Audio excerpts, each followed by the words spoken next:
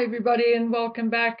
Here, I've prepared a whole different video for today, but when I opened my DMs this morning, I found that I was bombarded with questions and discussions on various aspects of the Meghan and Harry saga. In a way, I feel like you're all there. I feel like a headless chicken running around in a chicken coop or a spectator at a tennis match. But nevertheless, it's coming from all sides. It's the coronation drama from one side, Harry and Meghan shite from the other side. Even poor William and Catherine are drawn into the latest drama. Many are actually concerned about William and Catherine, and some want to see them step up and step to the forefront, and so on and so on. I honestly don't know where to start, what to look into, what to talk about first. I think what most of you are most nervous about in the run-up to the coronation is what is Meghan up to. I don't blame you either, because although I did not and could not imagine that Meghan Markle would give in and not attend the coronation, I honestly thought she would not be able to resist having her photograph taken at such a momentous historical event. But the fact that it now appears as if she truly will not attend raises other questions, and that is a mystery in itself. Someone asked me about the Tig, and you know what? I think it is very much a foregone conclusion that Meghan will revive the Tig. It is just a matter of when. I think it's a good thing, though. Meghan will have her own corner of the internet to blow off steam. She will be earning $1 or two for some effort, and we don't have to watch or read it. But I think Meghan is going to relaunch the Tig in the same week as the coronation. I just feel it in my bones. My intuition was further supported by something I heard in the media, and I honestly can't remember whether it was on Sky News Australia or GB News, I can't remember. But apparently, Meghan originally launched the original Tig on the 5th of May. So she may just use that as an excuse to relaunch it on that day, the day before the coronation. Oh, Lordy. I don't have any specific information in this regard except that the Tig is now fully registered, fully reactivated, and ready to go.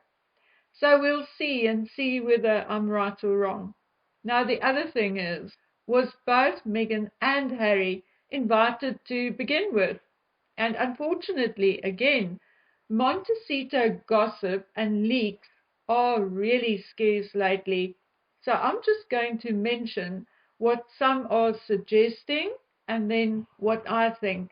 One of my regular subscribers mentioned something interesting. She said that as far as we know, and were told by a spokesperson from the Harkles, they received an email from the palace with regards to the coronation. Nowhere it actually states that they both received an invitation. And you know what? She may very well be right.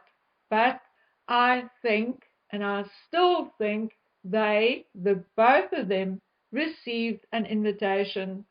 I really do, and not because the king or anyone for that matter really wanted Meghan there, but because it was protocol and the right and decent thing to do to invite the wife. As a matter of fact, I had a chat with someone about Sarah York, and it's really simple. If she was still married to Andrew, she would have been invited, whether the king likes her or not. It's that simple. Another reason why I think the intention was there for Meghan to attend is because I heard that Meghan did obtain a designer to create the ultimate dress for her, and that dress was nearly complete when it was announced that she will not attend.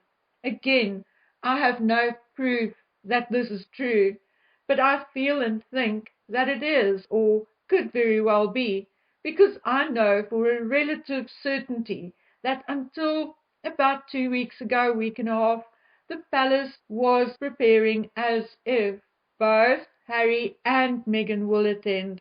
Honestly, there was even talk of Harry and Meghan appearing on the balcony with their children, although I am now told that that was always unlikely, but that it was 100% true that security arrangements had been made for Harry and Meghan to be transported by car from the Abbey to reunite with their children at Buckingham Palace.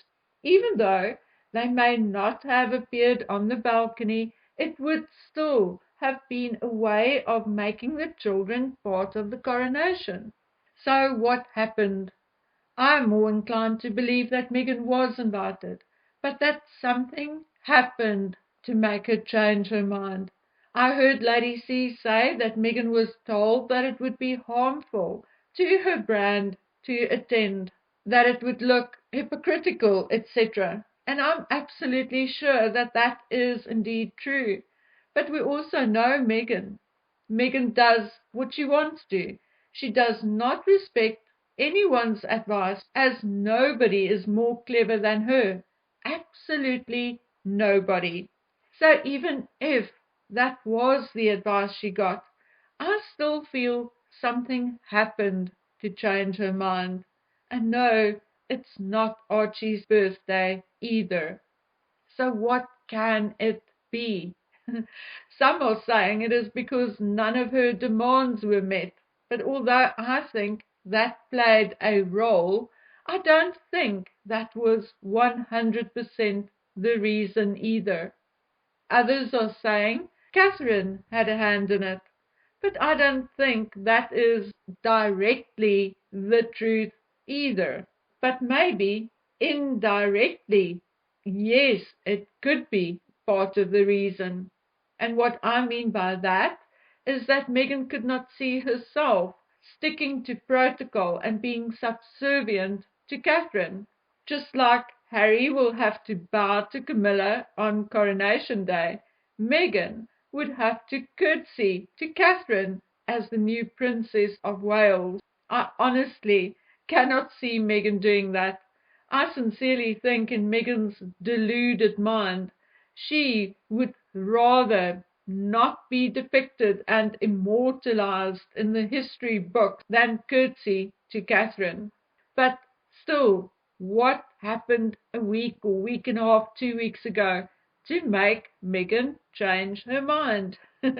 I heard, also unconfirmed though, so please don't go say Bookie told you this as the absolute gospel. I heard that in the days before the announcement was made that Harry will attend alone, a war raged behind the gates of the Montecito mansion.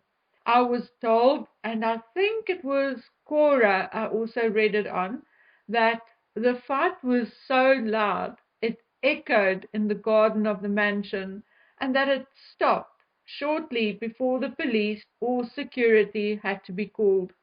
I mean, we know why Harry is going. His handlers and agents are not even being secretive about it. They are fully stating that it is to the benefit of his brand that he maintains his links to the royal family, even if it is just superficially. So what do you think was so devastating that Meghan not only changed her mind to not go, but also decided to allow Harry to go on his own? Very interesting, don't you think? One of my subscribers actually agrees with me, and I with her. She said even the fact that, according to protocol, Meghan would have had to curtsy to Catherine, she also knew that nothing was going to happen to her if she didn't. She wasn't going to be kicked out or locked in a dungeon or even get a fine. So, not enough reason to not go. She also thinks Meghan was either offered a huge bribe, as in, did someone pay her to stay home? Or was she offered some deal, maybe some huge spread in a magazine, or maybe an interview, or giving a narrative while the coronation is going on, or something happened, and goodness knows what it is or what transpired. The other thing almost everybody is speculating about is the actual marriage. If Meghan revives the Tig, if she is done with the royal family and they with her, what benefit will she see or find in staying married to Harry, except for the little bit of protection they enjoy in society because he is a prince? Will she thus tire of him soon and divorce him? There is a rumor that Charles had offered her 50 million to divorce Harry. Or did she ask him for 50 million to divorce Harry? We don't know. Never mind. I'm starting to agree with Lady C that the previous divorce rumors were likely planted by Harry and Meghan because they had nothing else to keep themselves in the news with. But if Harry and the royal family had now served their purpose and she can no longer get or milk anything from them, then why hang on to a mentally unstable, drug-addicted, balding man with a psychological age of about 12? I think it's a matter of time now. I heard someone say 18 months from now, more or less, and I can see that and agree with it, although my gut tells me that it may come sooner, and here is why I think so. Meghan will relaunch The Tig, which is not compatible with being a royal. I doubted that Meghan will continue with her podcast, but I'm told that half of the episodes have indeed been taped and are being edited. So my guess that as the mother of a prince and princess, she won't return to Spotify appears to have been wrong. It appears that that interview with Getty will be on Spotify sometime this year. I honestly don't think I'm going to listen to any of those interviews, though. Indeed, because it will be interviews with men.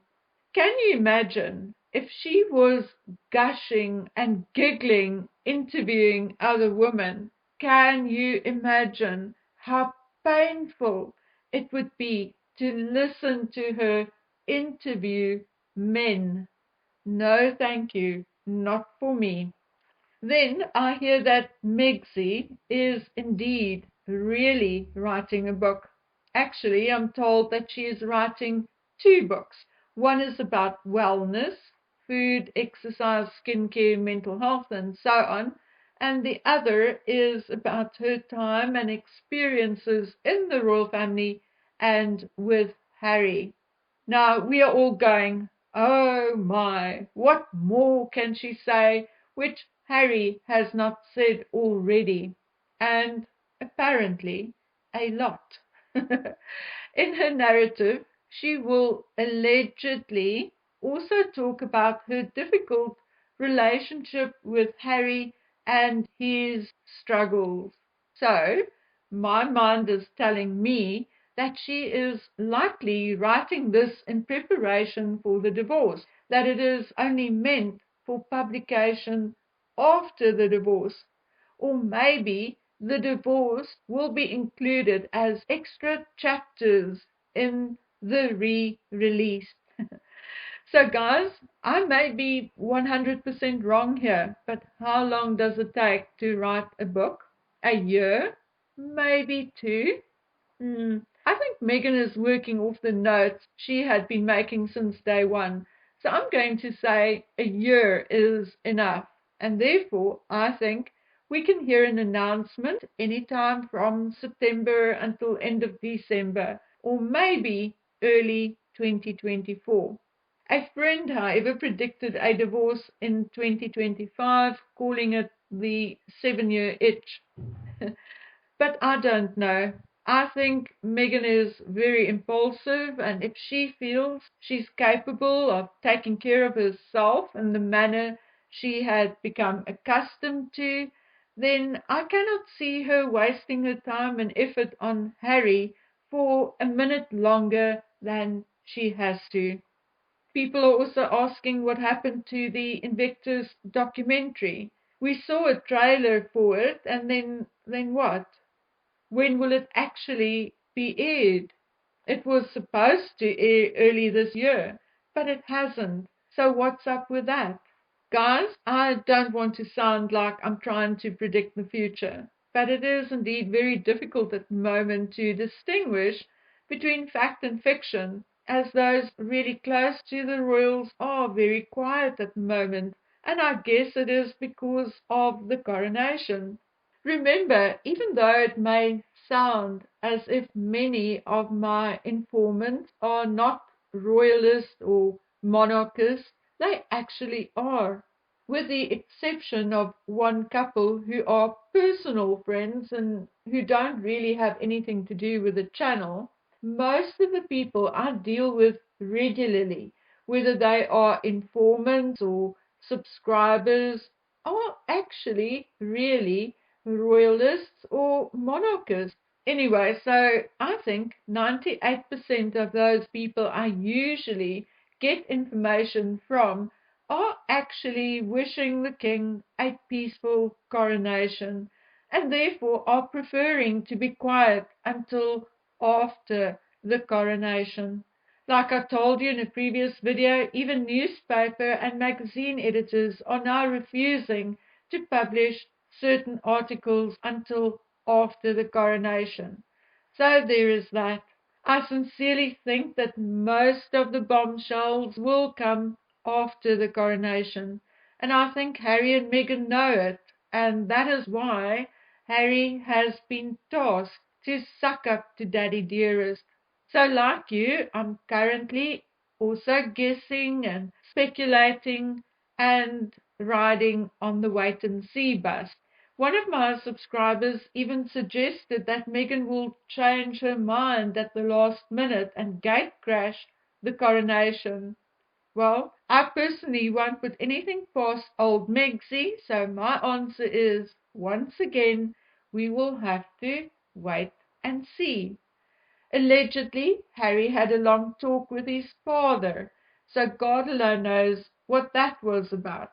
We will have to wait and see.